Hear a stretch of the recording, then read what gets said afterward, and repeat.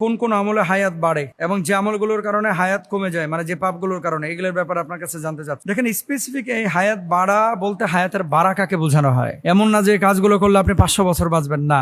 নবীজি সাল্লাল্লাহু আলাইহি সাল্লাম বলেছেন, আমার উম্মত অধিকাংশ 60 বছরের নিচে হায়াত পাবে। এই জন্য মানুষ এখন দেখবেন যে অধিকাংশ 60 বছর আগেই স্ট্রোক করে মারা যাচ্ছে, তাই না? এখন হায়াত বাড়ে কোন আমলগুলোই, এগুলো বললেই বুঝবেন যে কোন আমলগুলোই কমে, কারণ এগুলো যারা করে না তাদের হায়াত কমে, মানে হায়াতে বারাকা কমে যায়। অনেকে দেখবেন 22 বছর, 24 বছর, 30 বছর হায়াত পেয়ে এত বেশি কাজ করছে যে কাজগুলো একজন মানুষ 100 বছর হায়াত পেয়েও করতে পারে না। এটা বারাকা। তো হায়াতের মধ্যে বারাকা চাইবেন, হায়াতের মধ্যে বারাকা, এটা প্রত্যেকটি মানুষ চাইবেন। 1 নম্বর, ফাইদা জা আজালুহুম লা ইস্তাখিরুনা সাআতা ওয়া লা ইস্তাকদিমুন, যখন তাদের নির্ধারিত সময় এসে যাবে তখন তারা এক মুহূর্তও পিছাতেও পারবে না, আবার আগাইতেও পারবে না। মানে আল্লাহ যখন ইশারা করবে তখন দুনিয়া থেকে চলে যেতে হবে।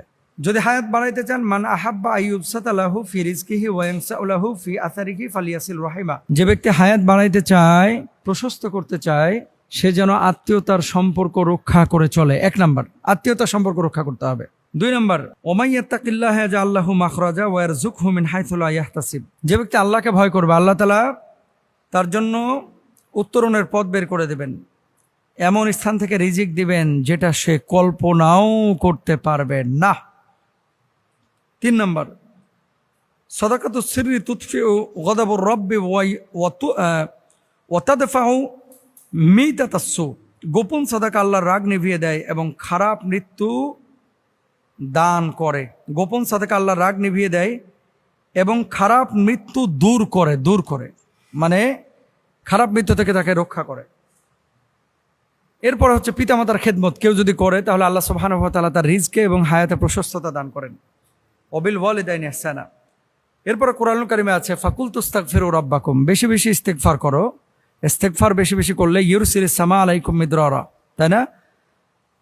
লা ফাতাহনা আলাইহিম বারাকাতিম মিনাস সামা, আসমান থেকে বারাকার দরওয়াজা আপনার জন্য উন্মুক্ত করে দেবে এবং আল্লাহ তাআলা আপনার রিজকে প্রশস্ততা দিবে ইনশাআল্লাহ।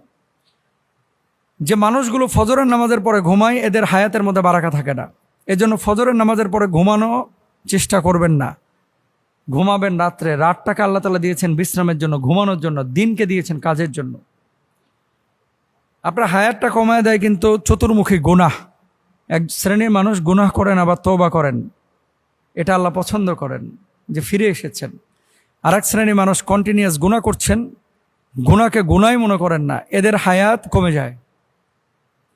জেনা ব্যভিচারের কারণে কিন্তু হায়াত কমে এবং হায়াতের প্রশস্ততা নষ্ট হয়। জেনা ব্যভিচার, যেগুলো জেনা করে এগুলো চেহারার মধ্যে আল্লাহ তাআলা ছাপ বসায় দেয়। দেখেন, এই জেনা করবেন না, ব্যভিচার করবেন না, বিয়ে করে ফেলেন।